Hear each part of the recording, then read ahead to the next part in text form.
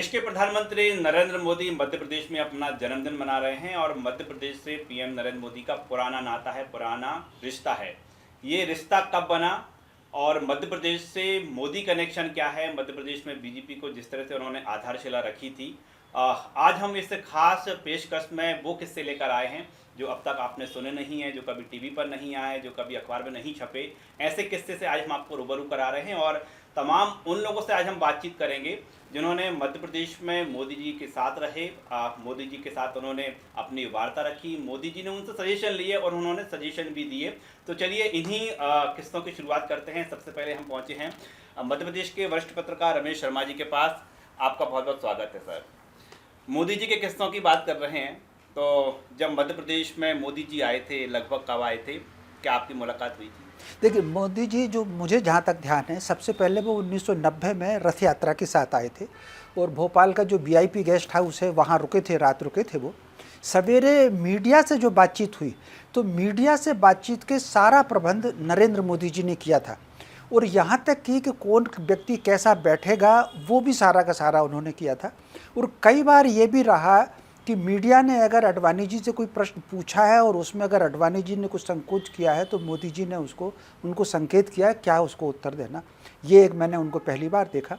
दूसरी बार फिर मैं उनसे व्यक्तिगत मेरी भेंट हुई जब 1998 में भाजपा के राष्ट्रीय महामंत्री बने और मध्य प्रदेश के प्रभारी थे। उन दोनों विधानसभा चुनाव चल रहा था। जो आए प्रभारी बनकर आए। जी जी जी जी। तो उस दौरान तो आपकी फिर काफी मुलाकातें हुआ। हाँ, उस समय मेरी उनसे, उस समय आप क्या देखते थे? कौन देखिए, उस समय मैं दिल्ली का जो हिंदी समाचार पत्र राष्ट्रीय सहारा है उसका ब्यूरो मध्य प्रदेश छत्तीसगढ़ मेरे ही पास था। उन दोनों छत्तीसगढ़ अलग नहीं बना था, वो काम देखता था। तो वो कार्यालय में ही रहते थे और मोदी जी कई पत्रकारों के घर भी गए हैं और वरिष्ठ नेताओं के घर भी गए हैं।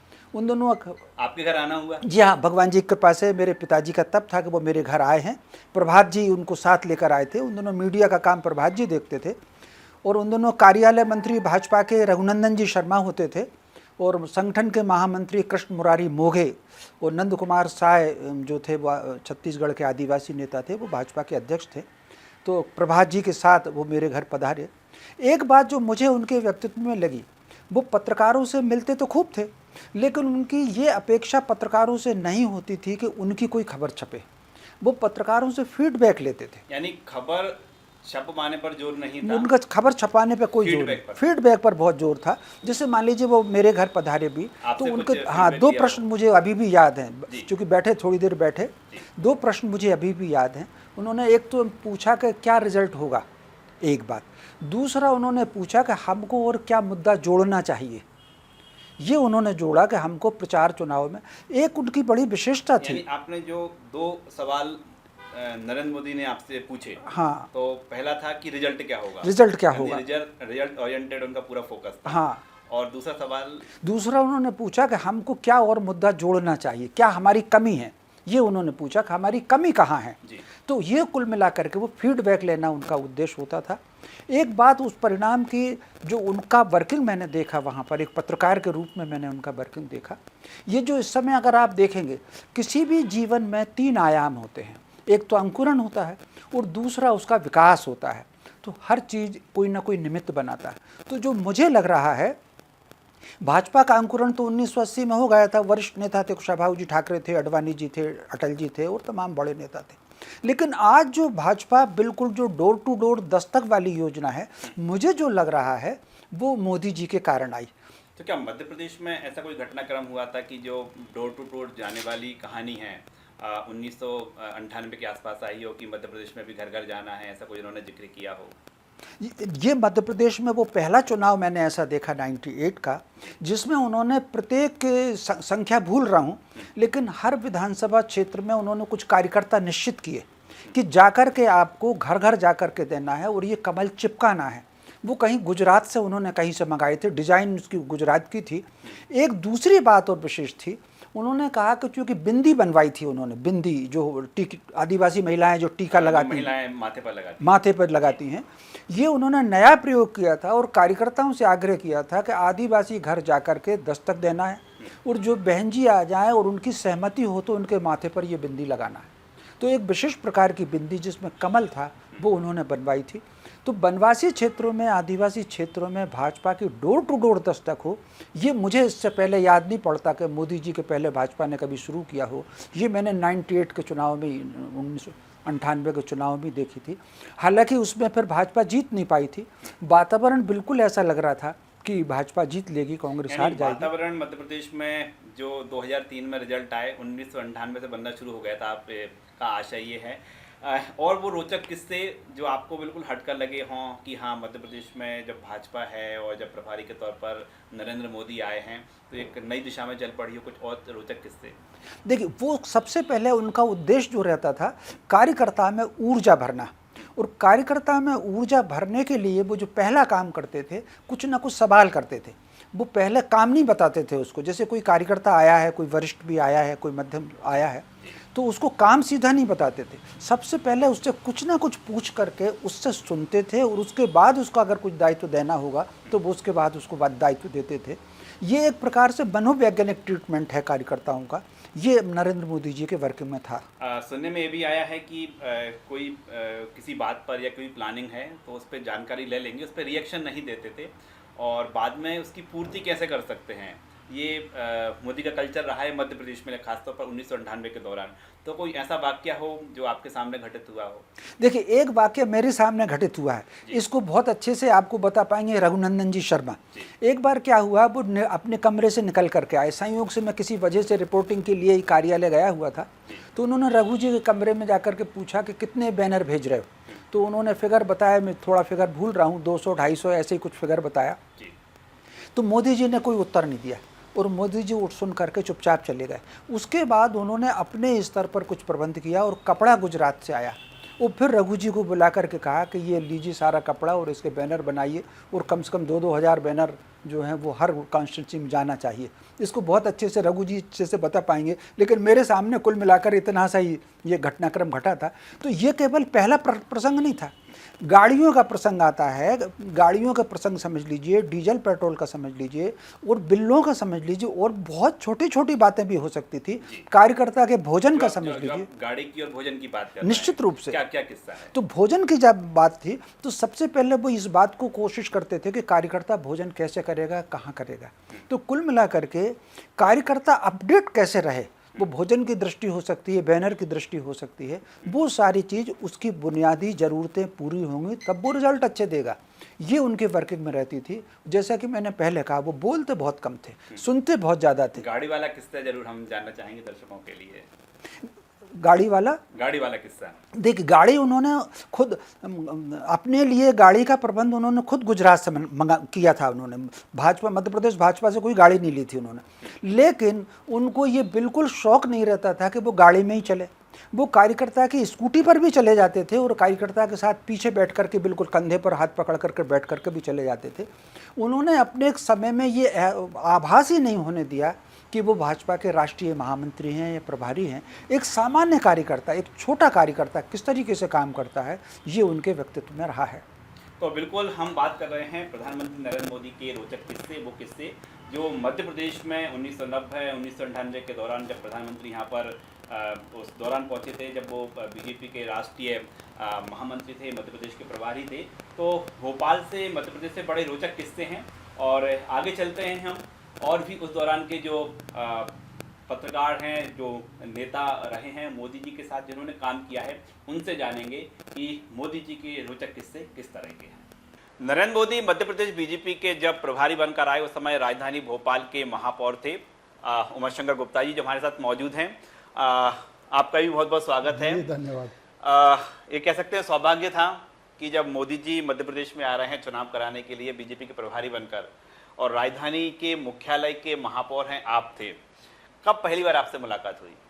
हाँ, मुलाकात तो पहले भी हुई होगी पार्टी के कार्यक्रमों में, मतलब, लेकिन जैसे कहें निकटता से मुलाकात जब हुई, जब वो मध्य प्रदेश के प्रभारी बनकर आए, और चूंकि मैं भी पार्टी का कार्यकर्ता था और महापौर के रूप में भोपाल का काम कर रहा था, तो इसलिए लगातार उनसे मुलाकात होना, बातचीत होना, ये अवसर हमें मिला है। उनको निकट से देखने का, समझने का अवसर उस समय हमें मिला। मध्य प्रदेश में कितने दिन रहे मोदी जी?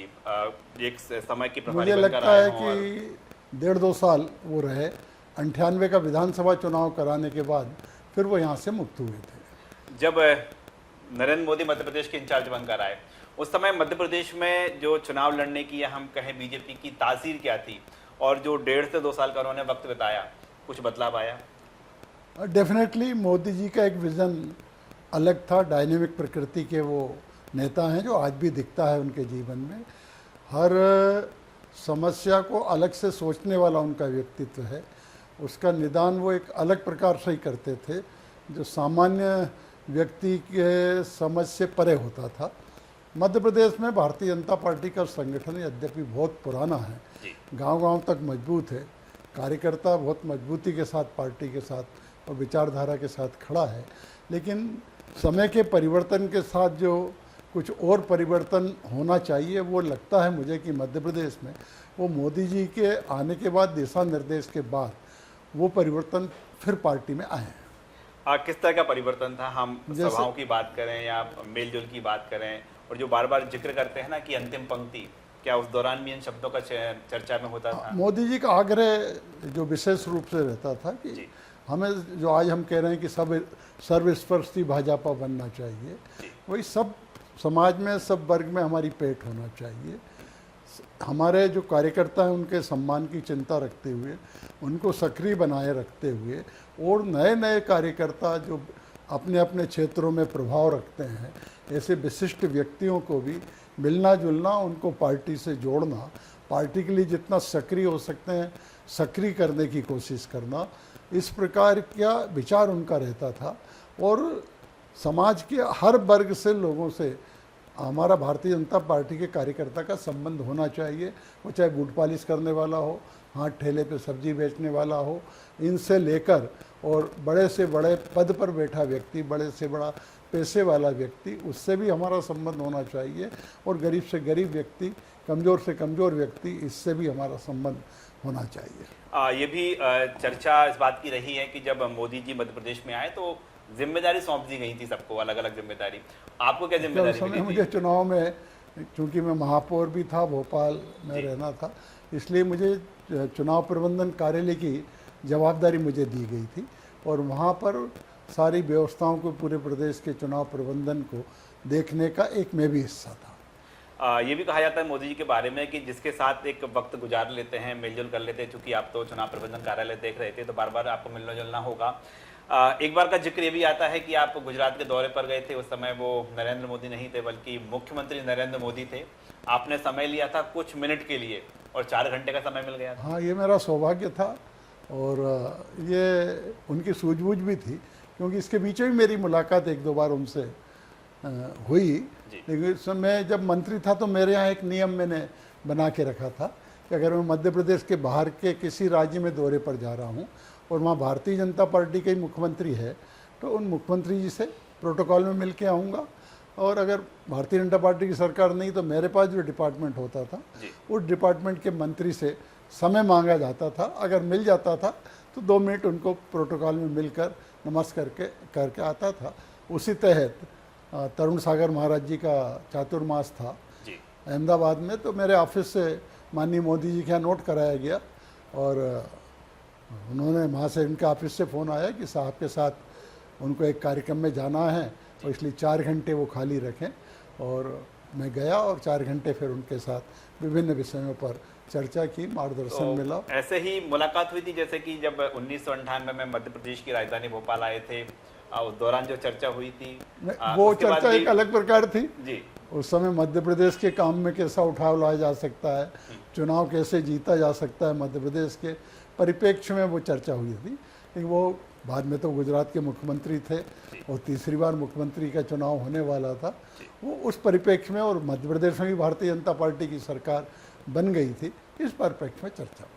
तो देखें कि उमाशंकर गुप्ता जो कि 1998 के दौरान राजधानी भोपाल के महापौर थे, और नरेंद्र मोदी जब मध्य प्रदेश बीजेपी के प्रभारी बनकर आए थे, काफ़ी लंबी चर्चा भी हुई थी, काफ़ी लंबा वक्त बिताया था। और जब नरेंद्र मोदी गुजरात के तीसरी बार के मुख्यमंत्री थे, उस दौरान जब मुलाकात हुई तो हूबहू वही उसी तरह की मुलाकातें हुई, हालांकि जो चर्चा के विषय थे वो अलग थे। नरेंद्र मोदी मध्य प्रदेश बीजेपी के प्रभारी और उस समय मध्य प्रदेश बीजेपी के ही कार्यालय मंत्री थे रघुनंदन शर्मा जी, और इस समय हमारे साथ रघुनंदन शर्मा जी भी हैं। साहब, एक ओर मध्य प्रदेश के प्रभारी हैं बीजेपी के और दूसरी ओर हैं कार्यालय मंत्री, तो संपर्क बड़ा जीवंत होता है इनके बीच। आपके बीच साथ तो लंबा समय रहा होगा। कुछ दिलचस्प किस्से मोदी जी के जो उस दौरान के हों कि एक प्रदेश प्रभारी आया है और कार्यालय मंत्री, दोनों के बीच जो संवाद हुए हों, कुछ दिलचस्प किस्से। देखिए, 1998 की बात है, जी विधानसभा के चुनाव थे और भारतीय जनता पार्टी के केंद्र से प्रभारी के नाते नरेंद्र मोदी जी को मध्य प्रदेश चुनाव का प्रभारी बनाकर भेजा गया। जी उसके पहले हमारा सामान्य परिचय था उनसे, लेकिन वो जब वहाँ आए तो कार्यालय का काम देखते रहने के कारण सर्वप्रथम मुझसे ही मिले। मैंने उनके ठहरने करने की व्यवस्था की, बताया कि आप यहाँ विश्राम करना, ये कार्यालय है। जी कार्यालय के कर्मचारियों से भी परिचय कराया दूसरे दिन, क्योंकि वो समय एक एक पल का उपयोग करना चाहते थे। तो आते ही वो ऐसे काम में लग गए जैसे वो वहाँ से लिख करके लाए हैं कि पहले दिन क्या करना, दूसरे दिन क्या करना। तो कार्यालय के सब कर्मचारियों से परिचय, उनके काम के विभाजन की जानकारी लेना। फिर दूसरे दिन हमारे साथ बैठकर मध्य प्रदेश के भौगोलिक क्षेत्र की जानकारियां प्राप्त करना। कौन से संभाग हैं, कौन से जिले हैं, बड़े स्थान कौन से हैं, दूर कौन से हैं, पास कौन से हैं, किस संभाग में कौन कौन से जिले आते हैं, सारी जानकारियां प्राप्त करके और एक नोट बनवाना। यहाँ से उन्होंने शुरू किया। जी अब आपने जहाँ तक दिलचस्प किस्से की बात कही है, जी तो यूं देखा जाए तो उस आदमी का दिल ही नहीं था। कभी मैंने उस आदमी को फालतू बातें करते नहीं देखा, इसलिए कोई रोचक प्रसंग आ गया हो ऐसा तो मैंने देखा नहीं। लेकिन कभी मुरझाए चेहरे से उन्होंने बात नहीं की। हमेशा हंसमुख, हंसते मुस्कुराते ही सब कार्यकर्ताओं से मिलते थे, प्रसन्न होकर के मिलते थे। थोड़े ही दिन में उन्होंने बैठकों का शेड्यूल मेरे साथ बैठ करके बनाया। हर संभाग में उन्होंने दौरे बनाए और पहले 15 दिन में उन्होंने, उस समय तो छत्तीसगढ़ भी हमारे साथ था, तो रायपुर, जबलपुर, नीचे तक रीवा, इंदौर, उज्जैन, सभी संभागीय स्थानों की बैठकें ली। संभागीय स्थानों पर जिला अध्यक्ष महामंत्रियों को बुलाया, अपने एक एक जिले की जानकारी प्राप्त की। और जब जानकारी प्राप्त करते थे तो केवल परिचय मात्र नहीं करते थे या कितनी कॉन्स्टिट्यूंसी ये नहीं लेते थे, वो ये पूछते थे कि आपके ज़िले में कितने विधानसभा क्षेत्र हैं जो बीजेपी के पास हैं और कितने कांग्रेस के पास हैं, कितने में हम ज़्यादा वोटों से हारे और कितने में कम वोटों से हारे। और सारी जानकारियां लेकर के वो यहाँ आते थे। प्रदेश के 2-4 प्रमुख पदाधिकारियों के साथ बैठ करके जो थोड़े से मार्जिन से हारने वाली सीट थी, उस मार्जिन को पूरा करके जीत में कैसे बदल दिया जाए, इसकी गिनती लगाते थे। इसकी पूरी प्लानिंग होती थी। पूरी प्लानिंग होती थी। फिर इसके साथ ही जब वो दो क्षेत्र के बारे में जानकारी लेते समय ये भी कहते थे कि भाई किस समाज के लोग ज़्यादा हैं, किस नेता का प्रभाव कितना है। इतनी बारीकी से अध्ययन करने वाला पहला प्रभारी था, क्योंकि मैं 1985 से संगठन का काम देख रहा था कार्यालय मंत्री के रूप में। जी। इस बीच में और भी प्रभारी बने, चुनावों के दायित्व को संभालने वाले लोग दिल्ली से भी आए, यहाँ भी नियुक्त हुए। पर इतनी बारीकी से संगठन का अध्ययन करना, क्षेत्र की समझ डेवलप करना, क्षेत्र के बारे में जानना, क्षेत्र की जातीय व्यवस्था, जातियों में भी कौन प्रभावशाली नेता है, किसकी लोग बात मानते हैं, और जाति से भी नहीं हो तो भी सामाजिक क्षेत्र में। तो मैंने उनको बताया कि देखिए, मालवा में हमारे यहाँ जाति आधारित राजनीति नहीं होती। यानी हम कहें कि जो सीधे तौर पर जीत के समीकरण हैं उस फॉर्मूले के साथ ही तो वो आए उन्होंने थे। मुझे पूछा कि एक आध उदाहरण बताओ। तो मैंने कहा कि जैसे हमारे कैलाश चावला गृह मंत्री बने थे उस समय, जी तो कैलाश चावला मंदसौर से भी लड़े, मनासा से भी लड़े, 2-3 स्थानों से चुनाव लड़े, सीतामऊ से भी लड़े। तीनों स्थानों पर पंजाबी सिखों के 2-2, 4-4 घर थे, पर वो तीनों स्थानों से प्रचंड बहुमत से जीते। कहाँ ठहरे थे मोदी जी जब भोपाल में आए? देखिए, मोदी जी, ये जो 7 नंबर पर के पास में पुराना हमारा कार्यालय है, जो अब ढहा दिया गया है और नया बन रहा है, जी। उस कार्यालय में उस कक्ष में ठहरे जहाँ ठाकरे जी का आवास था, जी क्योंकि ठाकरे जी दिल्ली जा चुके थे जी और वो रिक्त था, तो हमने उनको ठाकरे जी के कक्ष में ही ठहराया।